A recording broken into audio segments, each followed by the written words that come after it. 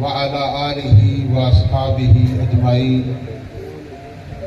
قال الله تبارك وتعالى في القرآن المجيد والفرقان الحميد: يا أيها الملأ أيكم يأتيني بعرشها قبل أن يأتوني مسلمين. صدق الله العظيم. الصلاة والسلام عليك يا سيد يا رسول الله. الصلاة والسلام عليك يا سيد يا حبيب الله. الصلاة والسلام عليك يا رحمة للعالمين. يا رب صل وسلم دائما أبدا على حبيبك خير الخلق كلهم محمد سيد الكونين والثقلين والفريقين من عرب ومن عجم. هو الحبيب الذي ترجى شفاعته لكل حول من الأحوال متهم. وفاق النبيين في خلق وفي خلق ولم يدانوه في علم ولا کرم. نہایت ہی واجب الاحترام بلا تمہید اپنی گفتگو کا آغاز کرتا ہوں. قرآن مجید فرقان حمید کی سورہ نمل کی ایک آیہ مبارکہ تلاوت کرنے کا اور آپ نے سننے کا شرف حاصل کیا. اللہ رب العزت نے یہ سورہ میں اپنے پیغمبر سلیمان علیہ السلام کا تذکرہ فرمایا، جن کی پورے روئے زمین پر حکومت تھی، جن بھی آپ کے تابع تھے، ہوائیں بھی آپ کے مسخر تھی، آپ کے تابع تھی، انسانوں پر بھی آپ کی حکومت تھی، پرندوں پر بھی آپ کی حکومت تھی. بغیر تمہید کے عرض کرتا ہوں کہ ملکہ بلقیس سامنے آ چکی ہے. ایک روایت یہ ہے کہ وہ 300 فرسنگ کے فاصلہ پر ہے، اور جو معتبر روایت ہے وہ یہ ہے کہ وہ بالکل سامنے آ چکی ہے. تو اس وقت اللہ کے نبی نے فرمایا، اپنے درباریوں کو جو آپ کی صحبت میں رہتے تھے ان سے کہا، یا ایھا الملأ ایکم یاتینی بعرشھا قبل ان یاتونی مسلمین، کہ اے میرے درباریوں، اے میری صحبت میں رہنے والوں، اے سرداروں، تم میں سے کون ہے جو اس کے میرے پاس آنے سے پہلے پہلے اس کے تخت کو میرے پاس لے آئے.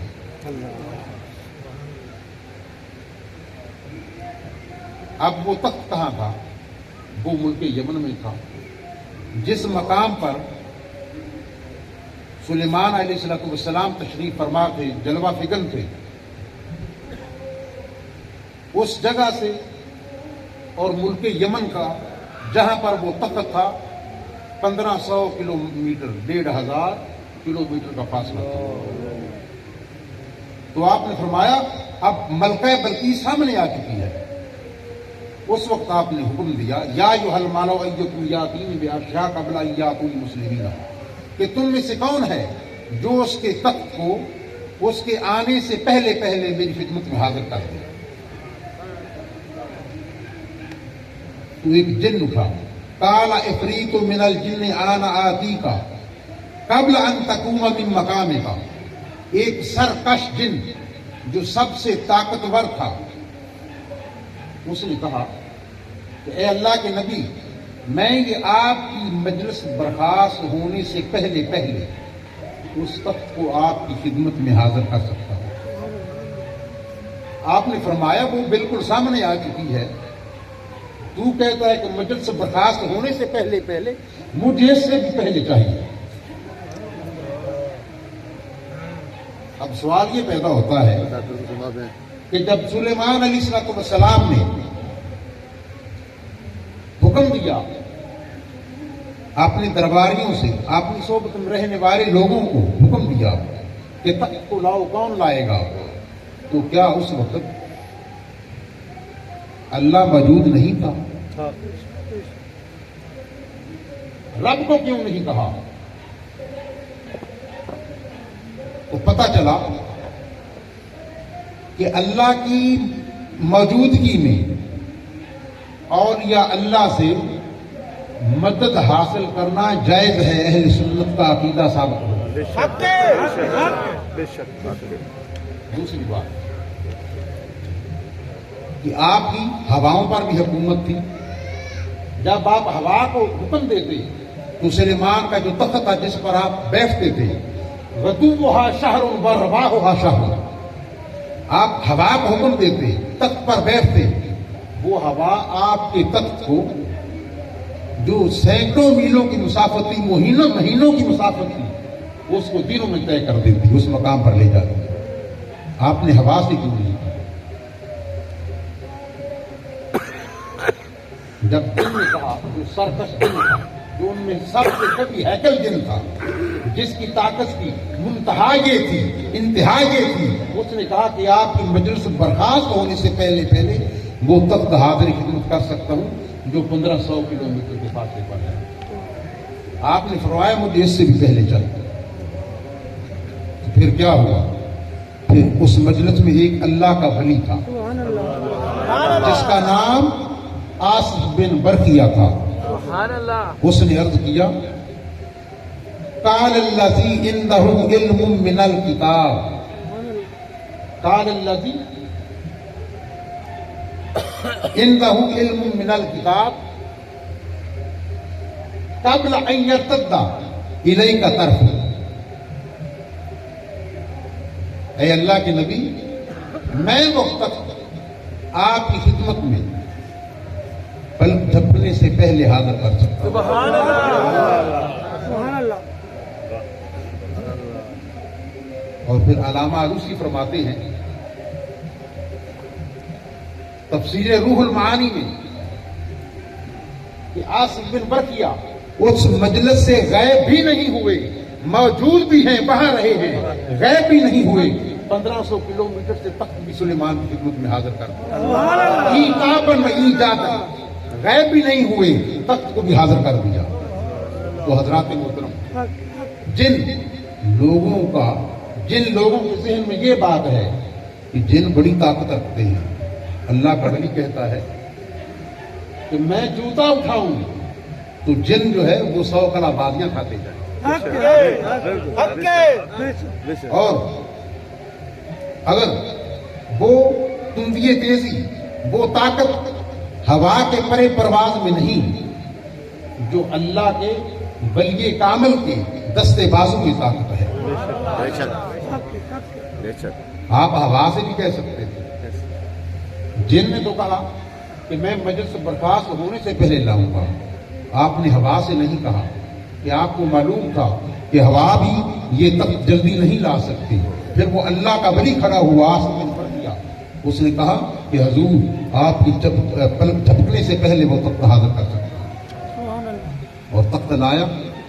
جب ملکہ بلقیس بالکل سامنے آ چکی ہے تو اس وقت پھر آپ نے جنات کو حکم دیا، جو پوری مجلس میں جنات تھے نا، ان کو حکم دیا کہ پوری دنیا سے ایک عالی شان شیشہ لاؤ، ایک محل تیار کرو، جس محل میں اس تخت کو رکھا جائے گا۔ کیونکہ تخت کتنا تھا؟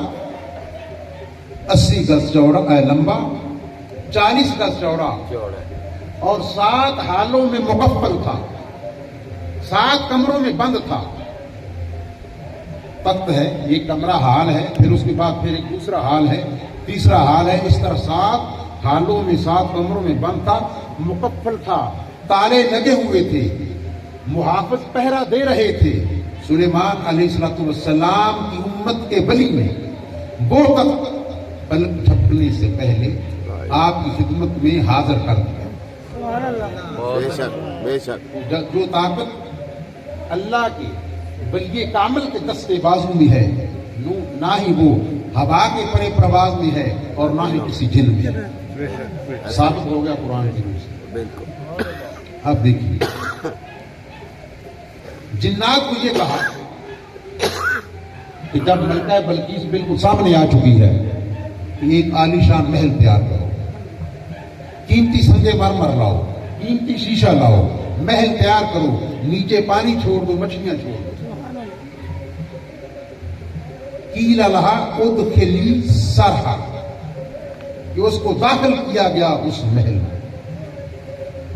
اب محل کو قصر بھی کہتے ہیں، قصر کیوں یہاں کہا؟ کیا بات! اس لیے اگر قصر کہتے تو پتہ چلتا کہ وہ محل پہلے سے ہی تیار تھا، قصر اس لیے نہیں کہا۔ محل اس کے جب وہ سامنے حاضر ہوئی، سامنے آ رہی تھی تو محل اس وقت تیار کروایا گیا۔ کیوں؟ اس لیے کہ اس محل میں اس کے تخت کو رکھنا تھا۔ جب آپ نے اتنا سمجھ لیا، اب دیکھیے، اب سوال یہ پیدا ہوتا ہے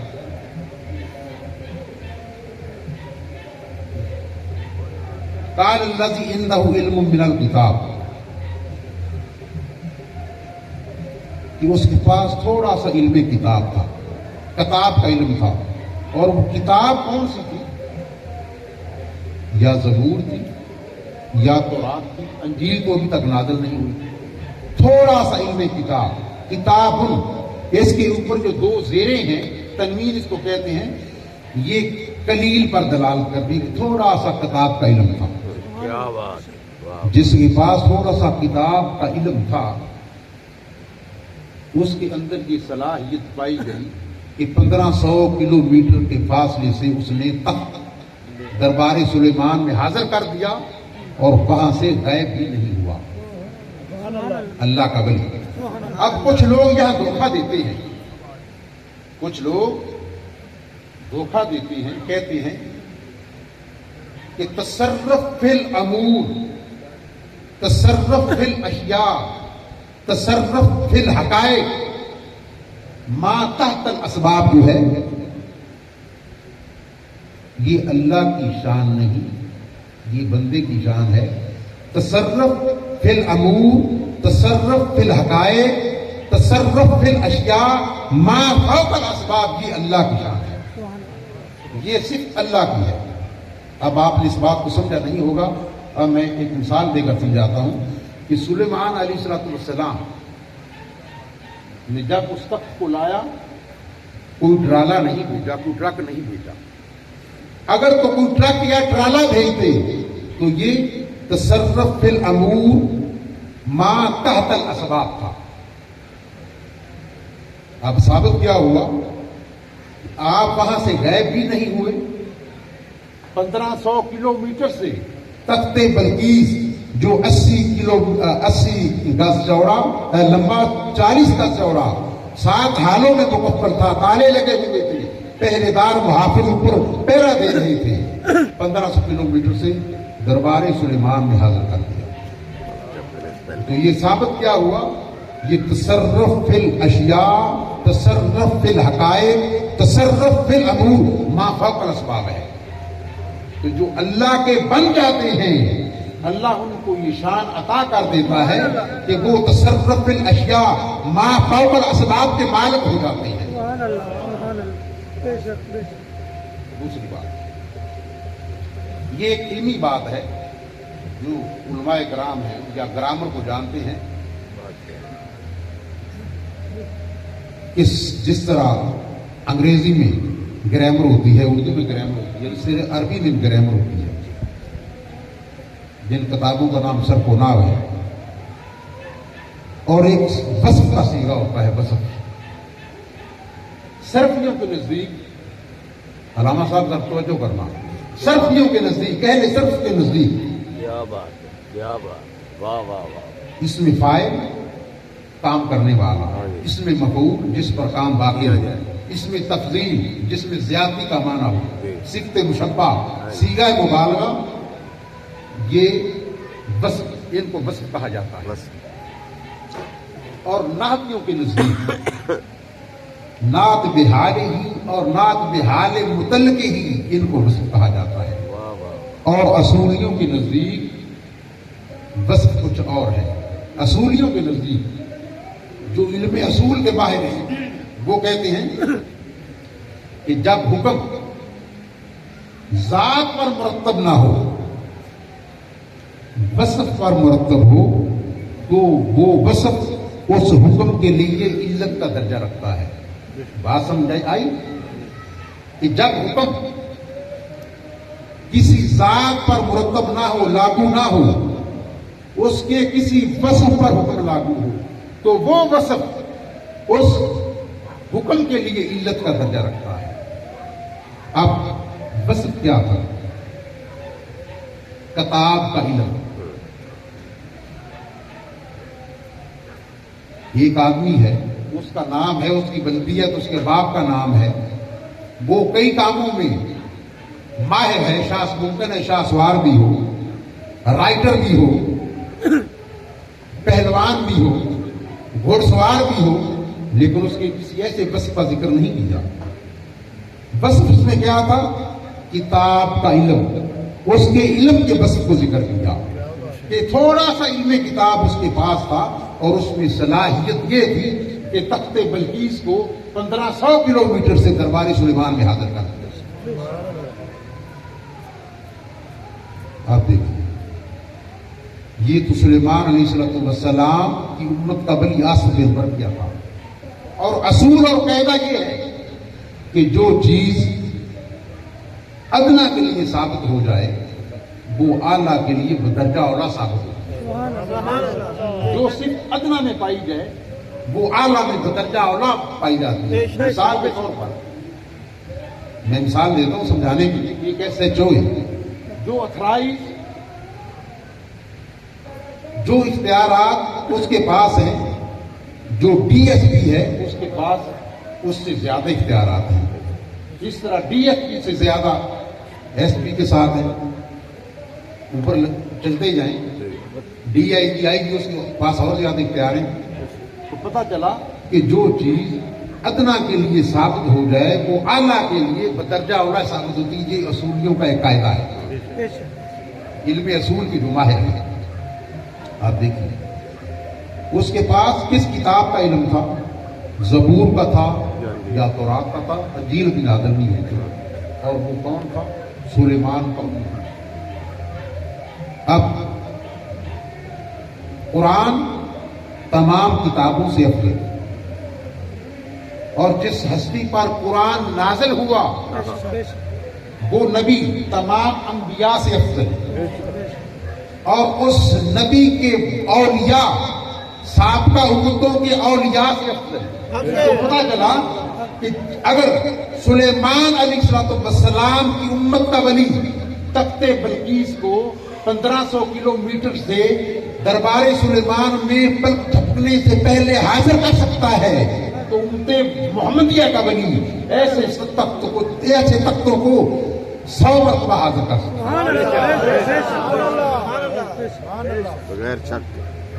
اب دیکھیے اس دور حاضر اب اس طرح علماء کرام علم کے تو بڑے بڑے دعوے کرتے ہیں، بڑی بڑی تقریریں کرتے ہیں۔ کیا اس دور حاضر میں ایسا کوئی عالم ہے کہ جس کے پاس یہ صلاحیت ہو کہ وہ آصف بن برقیہ کی طرح 1500 کلومیٹر کے مقام سے 40 گز چوڑا 80 گز لمبا 7 حالوں میں مکفن، اس طرح کی صلاحیت کس میں پائی جاتی ہے؟ وجہ کیا ہے؟ جواب سنیے، علت کے پائے جانے سے معلول کا پایا جانا ممکن ہے۔ علت کیا تھی؟ تھوڑا سا علم۔ تخت لانے کی وجہ کیا تھی؟ تھوڑا سا علم کا۔ علت کے پائے جانے سے معلول کا پایا جانا ممکن ہے، لیکن امکان کے لیے وقوع شرط نہیں، وقوع لازم نہیں۔ یہ ضروری نہیں ایک آدمی صلاحیت ہو لیکن وہ کام کر کے دکھائے۔ امکان کے لیے وقوع شرط نہیں۔ بغیر باپ کے بیٹا پیدا ہو سکتا ہے، اگر یہ محالات عادیہ میں سے ہے، محالات ذاتیہ میں سے نہیں۔ اگر محالات ذاتیہ میں سے ہوتا تو آدم بغیر باپ کے پیدا نہ ہوتے، عیسیٰ بغیر باپ کے پیدا نہ ہوتے۔ محالات عادیہ میں سے ہو سکتا ہے، اگر محالات ذاتیہ میں سے ہوتا تو ایسا نہ ہوتا۔ لیکن یہ جواب کمزور ہے۔ اب جو جواب میں دینے لگا ہوں یہ اس سے مضبوط ہے۔ یہ جو ترجمہ کرتے ہیں نا کہ پلک جھپکنے سے پہلے، یہ ترجمہ درست نہیں۔ حقیقت اس میں کیا ہے؟ برقیہ نے عرض کیا این یرتد طرفک الیک، اے نبی تو نگاہ اٹھائے، تیری نگاہ اٹھے تو پھر واپسی کا انتظار نہیں، نگاہ تیری ہو، تخت لانا میرا کام ہے۔ یہ علت، اس میں علت وحدہ نہیں، علت بسیطہ نہیں، بلکہ علت مرکبہ ہے۔ وہ کون سی علتیں ہیں؟ ایک علت ہے علم کی، تھوڑا سا علم کتاب، کتاب کا علم تھوڑا سا، لیکن دوسری علت کیا ہے؟ نگاہ نبوت کا فیض۔ اگر نگاہ نبوت کے ساتھ اٹیچمنٹ ہے تو علم کتاب تھوڑا سا بھی ہو تو تخت لانے کی صلاحیت ہوتی ہے۔ اگر علمی کتاب بہت زیادہ ہو لیکن نگاہ نبوت کا فیض نہ ہو، نگاہ نبوت کے ساتھ وابستگی نہ ہو تو پھر اس میں یہ صلاحیت پیدا نہیں۔ بے شک، کیا بات۔ نعرہ تکبیر، نعرہ رسالت، نعرہ حیدری، نعرہ غوثیہ۔ اللہ رب العزت نے نبی علیہ الصلوۃ والسلام کی حدیث مبارکہ ہے کہ میں اس کے ہاتھ بن جاتا ہوں، اپنے ولی کے ہاتھ بن جاتا ہوں۔ حدیث قدسی ہے، اللہ فرماتا ہے جن کا ہاتھ کیوں نہیں کہا کہ میں اس کے ہاتھ بن جاتا ہوں۔ یہ جو ید اللہ فوق ایدی ہے، یہ تو سرکار کے بارے میں اللہ تعالی نے فرمایا تھا، لیکن ایک حدیث پاک ہے، بعد نے کہا کہ حدیث ہے تصوف کی کتابوں میں، جس کو مخالف، ہمارے جو مخالف نظریہ رکھنے والے ہیں دیوبندی حضراتوں کو بھی اپنی کتابوں میں لکھا ہے۔ حاجی امداد اللہ مہاجر مکی، رشید احمد گنگوہی، انہوں نے کیا لکھا ہے؟ الشیخ فی قومہ کالنبی فی امتہ۔ وہ کہتے ہیں کہ یہ حدیث پاک ہے، افادات یومیہ میں ہے، امداد السلوک میں ہے، الشیخ فی قومہ کالنبی فی امتہ، کہ جو شیخ ہے، جو مرشد ہے، وہ اپنے مریدوں میں اس طرح ہے جس طرح نبی اپنی امت میں ہے۔ اس اطلاق کی بنا پر، اس اطلاق کی وجہ سے وہ ولی اپنے نبی کی اتباع کرتے ہوئے، اس کا معنی یہ بنتا ہے کہ وہ مرید، وہ شیخ، وہ مرشد، وہ ولی اپنے مریدوں میں اس طرح ہے جس طرح نبی اپنی امت میں ہے،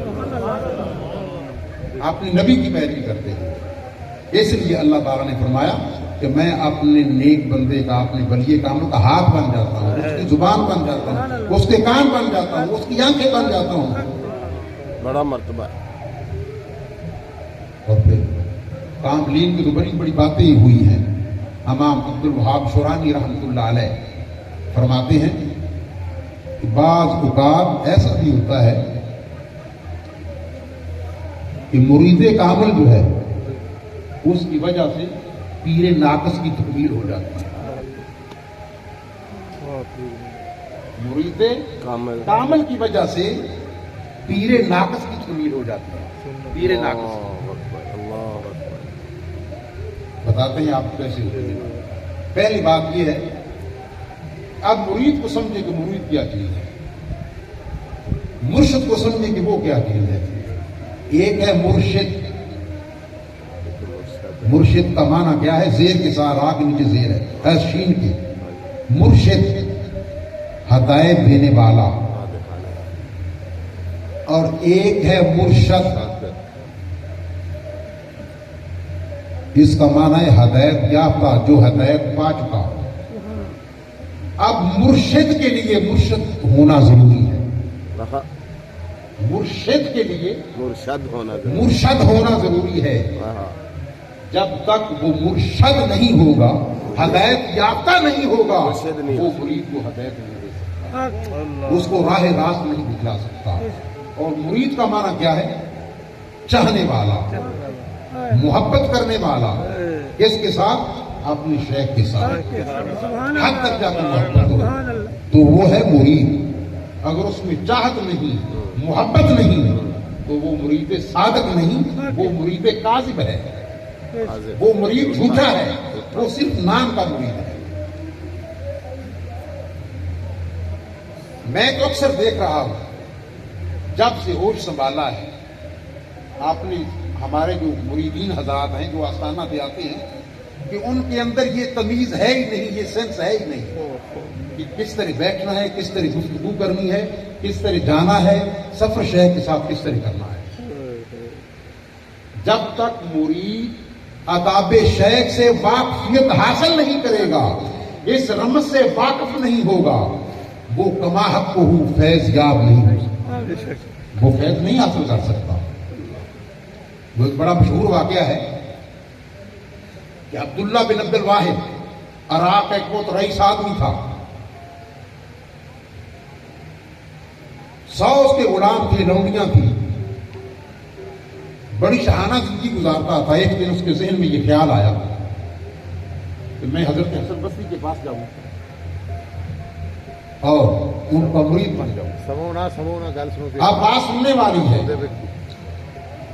کہ میں حضرت حسن بصری کے پاس جاؤں، ان کی خدمت حاضر ہو جاؤں، میرے کمرے سوٹی پئی ہوئے دروازے دے مگر اور وہ مجھے اپنے حلقہ ارادت میں شامل کر دیں. حضرت حسن بصری بھی جانتے تھے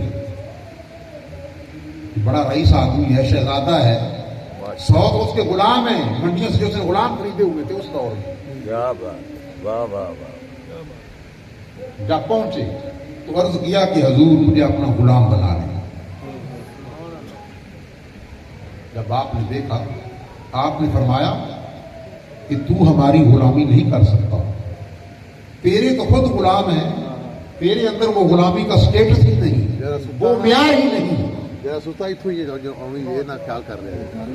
کیا بات. آپ واپس آئے، دانا تھے عبداللہ بن عبد الواحد، عقل مند آدمی تھا، زیرک آدمی تھا. جب گھر آئے تمام غلاموں کو اللہ کی رضا کے لیے آزاد کر دیا. جو پاس جمع پونجی تھی، دولت تھی، اللہ کے راستے میں خرچ کر دیا، اللہ کی رضا کے لیے غریبوں میں تقسیم کر دیا. حتیٰ کہ جو جسم میں قیمتی لباس تھا، شاہانہ لباس تھا، وہ بھی اتار دیا، کسی غریب کو دے دیا، اور ملیشیا کا ٹاٹ کا لباس پہن کر دوبارہ حسن بصری کی خدمت میں حاضر ہو گیا. عرض کرتے ہیں جب پہنچے، ابھی پہنچے نہیں، مجلس میں پہنچے ہیں، محفل میں پہنچے ہیں، گفتگو نہیں کی. تو حضرت حسن بصری نے جب دیکھا تو فرمایا کہ تو نے کیا حال بنا رکھا ہے. تو عرض کیا کہ حضور اب تو میں سٹیٹس اور معیار بنا کر آیا ہوں، اب تو غلامی کا معیار بنا کر آیا ہوں، اب تو مجھے اپنی غلامی میں لے لیں. آپ نے بیعت جب بیعت کر لیا تو فرمایا بیٹا اب میری 3 باتوں پہ عمل کرنا. اب یہ باتیں قابل غور ہے اور آپ نے سوچنا ہے کہ یہ آپ کے اندر پائی جاتی ہے.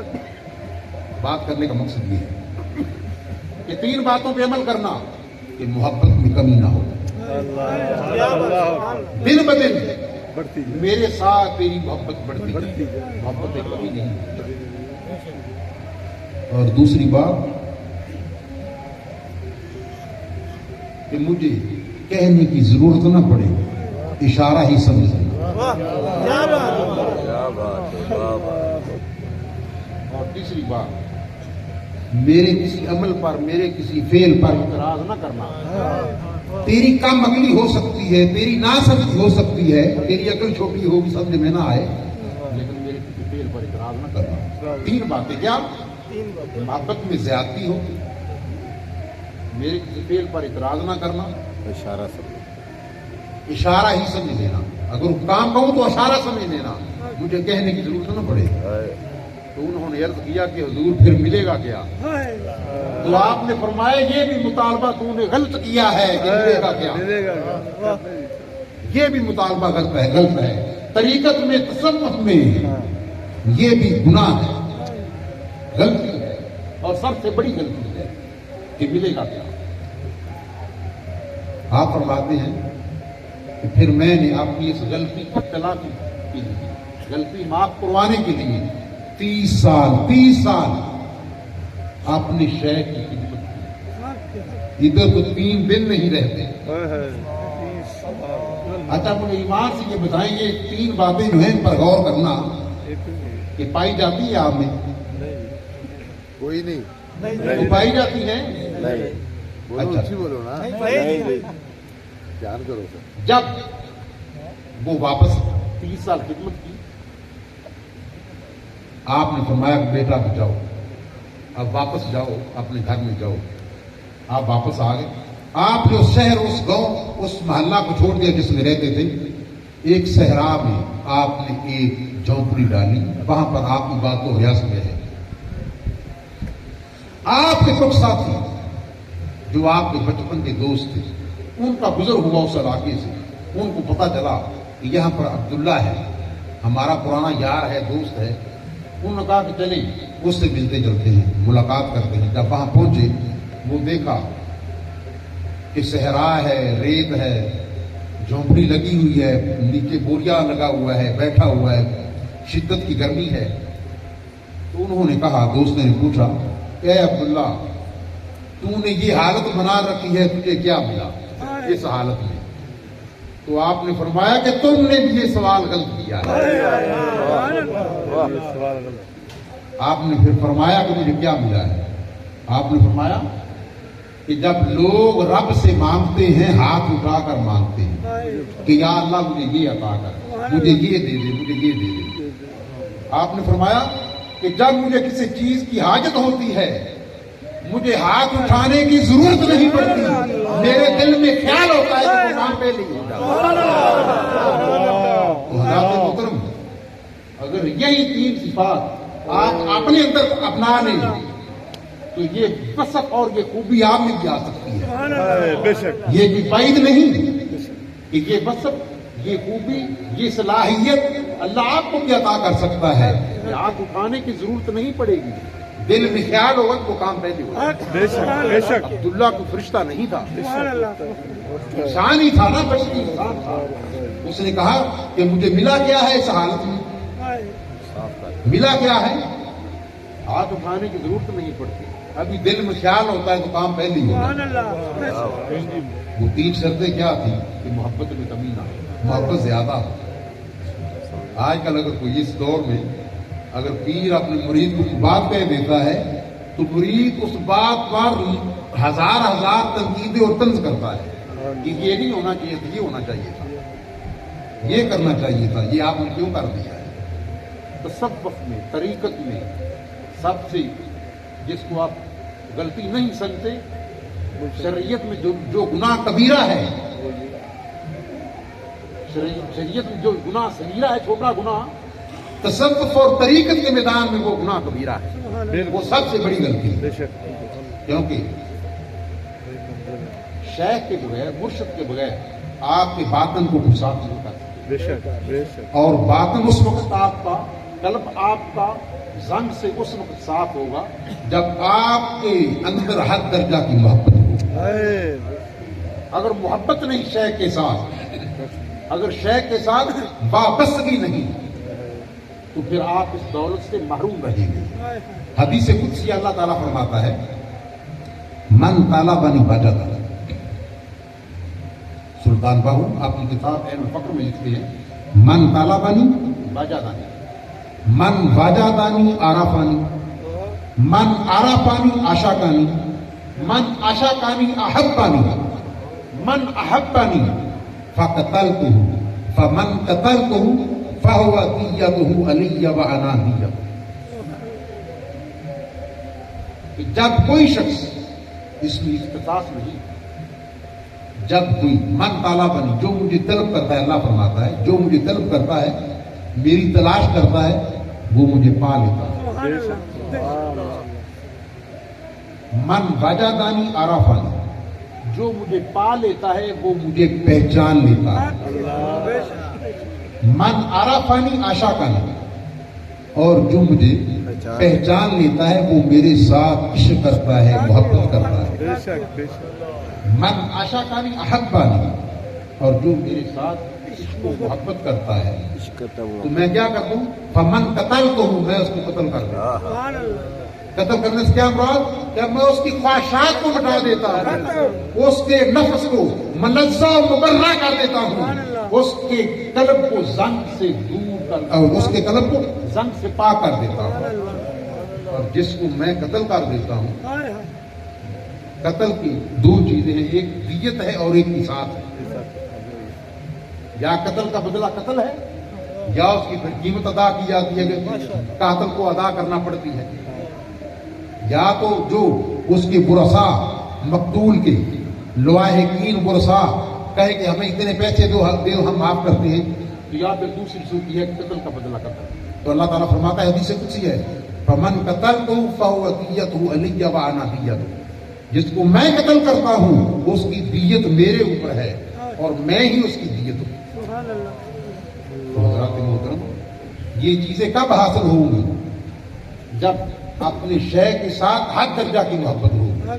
اگر دل میں رائی برابر بھی خیال آ گیا شے کے بارے میں تو تمام عمر کی جو محنت ہے، جو تابع داری ہے، وہ عطارت جائے گی.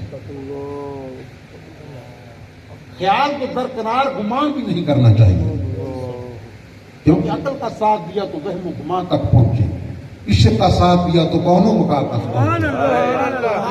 رمز عشق سے کام لے، یہ راستہ عشق کا ہے. العشق نار یحرق ما سوى اللہ، عشق ایسی آگ ہے جو اللہ کے سوا ہر چیز کو جلا دیتی ہے. تو میں عرض کر رہا تھا کہ کبھی کبھی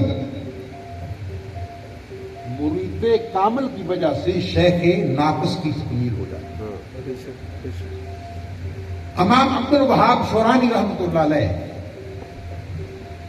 اپنی کتاب میں لکھتے ہیں، ایک عابد و زاہد کئی سالوں سے عبادت کر رہا تھا اور اللہ کی بارگاہ میں یہ التجا کرتا تھا کہ اے باری تعالیٰ، مجھے کوئی ایسا شیخ، ایسا مرشد، ایسا پیر ملا دے کہ تیری ذات تک پہنچ جاؤں. تو ایک دن آواز آئی رات کو کہ فلاں جو مکان ہے، اے عبادت کرنے والے، اے سوال کرنے والے، جو فلاں گھر ہے، فلاں مکان ہے، اس گھر کو ایک چور نے نقب لگائی ہے. پنجابی میں کہتے سن، وہاں پر جا جب وہ تیرا شیخ، وہ تیرا پیر. وہ وہاں سے بھاگا، عبادت اس نے چھوڑ دی، جو ذکر فکر کر رہا تھا اس کو چھوڑا. وہاں پر پہنچا تو باقی ایک آدمی جو ہے نا وہ اینٹیں اکھیڑ رہا تھا، اس نے پیچھے سے اس کو کلاوے میں لے لیا، پکڑ لیا، زور سے پکڑ لیا. اب وہ جو چور تھا، چھال تھا وہ چور، اس نے کہا کہ اگر شور مچاؤں تو پکڑا جاؤں گا. شور وہ مچاتا نہیں. اب وہ چھوڑتا نہیں، وہ آدمی چھوڑتا نہیں جس نے کلاوے میں پکڑا ہے زور سے. کافی دیر کے بعد وہ کہنے لگا چاہتے کیا ہو؟ وہ چور کہتا ہے چاہتے کیا ہو؟ وہ کہنے لگا جس نے پکڑا تھا کہ تو میرا مرشد ہے، میں تمہیں مرشد شیخ سمجھ کر پکڑا ہے. اس نے کہا کہ اگر مرشد اور شیخ سمجھ کر پکڑا ہے تو میرے حکم پر عمل کرو، دنات ہے کیا؟ اس نے کہا کہ اپنی آنکھوں پر ہاتھ رکھ لو، جب تک میں نہ کہوں آنکھیں نہیں کھولیں. اس نے اپنی آنکھوں پہ ہاتھ رکھا، اس نے جان چھڑائی، اس نے بھاگنا شروع کر دیا. اس نے پیچھے مڑ کر دیکھا ہی نہیں. وہ تو چور تھا. اب وہ آدمی ایک سال، امام عبد الوہاب شورانی لکھتے ہیں کہ ایک سال اسی جگہ پر کھڑا رہا، نہ کھانا پینا بھول گیا، قضائے حاجت کو بھول گیا. وہاں پر کھڑا ہے، شیخ کا انتظار کر رہا ہے اور آنکھوں پہ اسی طرح ہاتھ رکھتے ہیں. اب جب ایک سال گزر گیا تو وہ چور کسی دوسرے علاقے میں جا رہا تھا، ایک جنگل سے گزر رہا تھا، چوری کرنے کے لیے سفر کر رہا تھا. تو اللہ رب العزت نے پہلے تو اس کے آئینے کھولے جس نے اپنی آنکھوں پر ہاتھ رکھے ہوئے اس سے کہا اللہ تعالیٰ نے غیبی آواز آئی کہ جس کو تم نے اپنا شیخ ماننا ہے مرشد ماننا ہے وہ تو ایک چور ہے. منزل اس کو مل گئی. 1 سال کھڑا رہنے سے آنکھوں میں ہاتھ رکھنے سے مجاہدہ اس کا فقط یہی تھا کہ اس نے اپنے شیخ کو مانا اور صدق و دل سے مانا, صدق و یقین سے مانا کہ یہ میرا شیخ ہے, یہ میرا پیر ہے. جب منزل مل گئی تو اللہ نے فرمایا, غیبی آواز آئی کہ وہ تو چور ہے جو تیرا شیخ ہے. اس نے کیا کہا؟ اس نے کہا یا اللہ بے شک وہ چور ہے جو بھی ہے, لیکن میں نے تیرے کہنے پر اس کو شیخ مانا. تیرے کہنے پر تو نے کہا کہ وہ نقب زنی کر رہا ہے, میں وہاں گیا تیرے کہنے پر, تیرے حکم پر. اب اگرچہ چور ہے یا تو مجھے بھی چور بنا دے یا پھر اس چور کو بھی ولی کامل بنا دے, میرا شیخ بنا دے. اب اس کے بھی عینے کھل گئے, دل کی بصیر, آنکھوں میں بصیرت اللہ نے ڈال دی, دل میں روشنی پیدا کر دی. جب وہ جنگل میں چوری کرنے کے لیے جا رہا تھا, سفر کر رہا تھا, جب نور بصیرت سے اس نے دیکھا کہ وہ آدمی تو جس نے مجھے پکڑا تھا, جس کو میں نے حکم دیا تھا کہ اپنی آنکھوں سے ہاتھ مت اٹھانا, وہ اسی مقام پر کھڑا ہے. وہ چوری کرنا بھول گیا. اب تو اس کے آئینے کھل گئے تھے, منزل مل گئی تھی, وہ واپس آیا. جب واپس آیا تو اس مرید نے کیا کہا کہ واہ مرشد کیا تیری کرامت ہے, وہ میں تو سال بھر ادھر کھڑا ہوں, نہ کھانا یاد ہے نہ پینا یاد ہے, ایسی کرامت. اس نے کہا مرید نے جس نے آنکھوں پہ ہاتھ رکھے تھے, کیا مجھے بیعت کر لو, ہاتھوں میں ہاتھ. اس نے کہا میں تو چور ہوں. اس نے کہا تو چور نہیں ہے, تجھے منزل مل گئی ہے, تو میرا شیخ ہے. اس نے کہا میں تو ابھی کسی کا مرید نہیں ہوا. اس نے کہا پہلے مجھے بیعت کرو, اپنا شیخ بعد میں تلاش کرتے رہنا, مجھے اللہ کا حکم ہے. تو مثال میں نے یہ دی کہ کبھی کبھی مرید کامل کی وجہ سے شیخ ناقص کی تکمیل ہو جاتی ہے. مرید کامل کی وجہ سے حقائق ہے, واقعہ جیسی بھی ہے, سبق ہمیں مل گیا کہ مرید کامل کی وجہ سے, مرید صادق کی وجہ سے شیخ کامل کی تکمیل ہو گئی.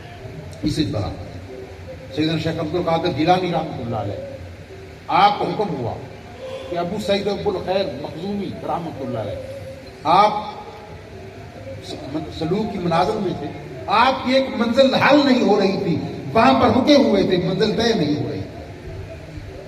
اللہ کی طرف سے حکم ہو کہ عبد القادر ابو سعید ابو الخیر مخزومی کے ہاتھوں میں ہاتھ دے دو. آپ گئے, ہاتھوں میں ہاتھ دیے, انہوں نے کلمات بیعت پڑھا لی. جب بیعت مکمل ہوگی تو آپ نے اپنے ہاتھ چھڑانا چاہے تو ابو سعید کیا فرماتے ہیں, کہتے ہیں کہ عبد القادر تھوڑی دیر اور اپنے ہاتھوں کو میرے ہاتھوں میں رہنے دو, میرا کام مکمل ہو لے دو. تو پتا کیا چلا کہ مرید کامل کی وجہ سے شیخ ناقص کی تکمیل ہو جاتی ہے. آپ اپنے اندر یہ صلاحیت پیدا کریں, یہ صلاحیت ہونی چاہیے, کیونکہ شہاب الدین سہروردی فرماتے ہیں جو مرید ہے وہ اپنے شیخ کا عکس ہوتا ہے. اگر کسی نے کسی کے شیخ کو دیکھنا ہو تو پہلے اس کے مرید کو دیکھے, کہ اگر تو اس کے مرید میں وہ خوبیاں, وہ کوالٹی پائی جاتی ہیں تو مرشد میں, شیخ میں درجہ کم پائی جائے. اور اگر مرید ہی کدو کریلا ہے تو شیخ کا اللہ ہی حافظ ہے. مرید اپنے شیخ کی عکاسی کرتا ہے. مرید ایک کھلی کتاب ہے, اس کو ایسا ہونا چاہیے کہ اس کی سیرت, اس کے کردار, اس کے چال چلن کو دیکھے تو دوسرا آدمی متاثر ہو جائے کہ میں اس کے شیخ کی خدمت حاضر ہوگا, اس کی بیعت کروں. ایسا تاثر چھوڑیں, ایسا تاثر دے لوگوں کو کہ فلاں آستانہ, فلاں خانقاہ میں فلاں قدیم نشین جو ہے, فلاں سجادہ نشین جو ہے, اس کے مریدوں کی یہ کیفیت ہے, اس کے مریدوں کا یہ حال ہے, تو شیخ کا کیا حال ہے. ایسی صورتحال کو اپنائیں. آپ بارہا مرتبہ میں دیکھتا ہوں یہ جو تیری مریدی نہیں ہے, دربار شریف سے نکلے ہیں، پہلی غلطی تو آپ سب یہ ہے جنہوں نے یہ غلطی کی ہے کہ پیر صاحب ابھی دربار شریف کے اندر ہوتے ہیں تو مرید پہلے ہی 4 ایکڑ فاصلہ طے کر کے روڈ پہ جا کر کھڑے ہو جاتے ہیں۔ دوسری بات یہ ہے کہ ابھی شیخ اور مرشد کسی کے گھر میں دعائیں خیر کر رہے ہیں تو مریدین حضرات جو ہے کوئی حقہ پی رہا ہے، حقے کی اتنی طلب ہے کہ حقے کے بغیر گزارا نہیں، کوئی حقہ پی رہا ہے، کہتے ہیں کہ ہمارا گزارا نہیں ہوتا، کوئی روڈ پہ کھڑا ہے، کوئی کہتا ہے کہ مجھے گرمی بہت لگتی ہے، میں درخت کے سائے میں ذرا سستا ہوں۔ یہ مریدی نہیں، یہ طالبی نہیں۔ مرید ایسا ہونا چاہیے کہ 100 سال اگر اس کی طرح اس کو کھڑا ہونا پڑ جائے تو وہیں پہ کھڑا رہے، شیخ کے انتظار میں رہے، اس کے حکم کی تعمیل کرے، اس کے پاس رہے، پھر آپ کو محقوق فیض حاصل کر سکتے ہیں، ورنہ نہیں۔ اور یا کاملین نے تو ناقصوں کو کامل بنا دیا ہے، جو مقام ادنا پر تھے ان کو مقام اعلیٰ پر فیض کر دیا ہے۔ امام غزالی رحمۃ اللہ علیہ جب آپ نے علوم منقول اور غیر منقول سے فارغ ہوئے، درس نظامی کے ظاہری علوم سے فارغ ہوئے، تو آپ کو حکومت نے سرکاری سطح پر آپ کو جاب ملی، سرکاری جاب، آپ شاہی امام و خطیب مقرر ہوئے، اور فتویٰ نویسی بھی آپ کے پاس تھی، قاضی اور جج بھی آپ کو مقرر کیا گیا۔ تو آپ نے اپنے ایک دوست سے کہا، یا تو جانتا ہے میرے علم کے بارے میں، علم بڑا ہے، اگر ایک لفظ کو پکڑ لوں تو اس سے ہزار نقطے نکالتا ہوں، میرے پائے کا کوئی دور حالت میں عالم نہیں، لیکن جو دل کا زنگ ہے یہ دور نہیں ہو رہا، باطن کی صفائی حاصل نہیں ہو رہی، دل جو ہے بسوں سے منزہ مبرہ مزکی نہیں ہو رہا۔ تو اس نے کیا کہا کہ میری اگر بات مانو تو جو فلاں محلہ ہے نا اس میں چھوٹی سی مسجد ہے، اس کی جو امام صاحب ہے نا ان کی خدمت میں چلے جاؤ، آپ کا یہ مسئلہ وہ حل کر دیں گے، آپ کے باطن کو روشن اور منور کر دیں گے، جس چیز کے تم طلبگار ہو وہ چیز تمہیں مل جائے گی۔ امام غزالی رحمۃ اللہ علیہ نماز عشاء پڑھانے کے بعد اس ولی کامل کی خدمت میں حاضر ہوتے ہیں۔ ان کا نام کیا تھا؟ شیخ بو علی فارمدی، شیخ بو علی فارمدی۔ جب ان کے حجرے میں پہنچے، دروازہ کھٹکھٹایا، شیخ باہر آئے، پوچھا غزالی کیسے آئے؟ تو عرض کرنے لگے کہ حضور علم بہت ہے لیکن باطن روشن نہیں ہو رہا۔ آپ نے فرمایا چلا جائے یہاں سے، تو رات کے اندھیرے میں اس لیے آیا ہے تاکہ لوگ تجھے کہیں گے کہ ایک اتنا بڑا عالم، امام، خطیب، محدث، مفسر ایک چھوٹے سے مولوی کے پاس جا رہا ہے، اگر میری بارگاہ سے فیض حاصل کرنا ہے تو دن کی روشنی میں آ، رات کے اندھیرے میں فیض نہیں ملتے، واپس چلے گئے۔ کیونکہ امام غزالی کے درست انا تھی نا کہ لوگ کیا کہیں گے۔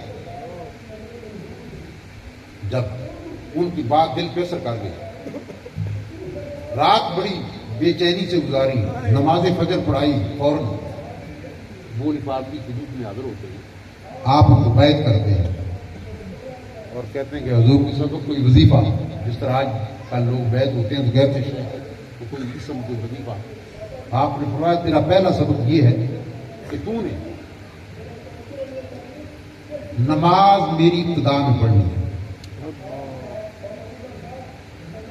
اور دعا مانگنے سے پہلے تو نے مسجد کے باہر چلے جانا ہے، جو نمازی ہیں ان کی جوتیاں سیدھی کرنی ہیں۔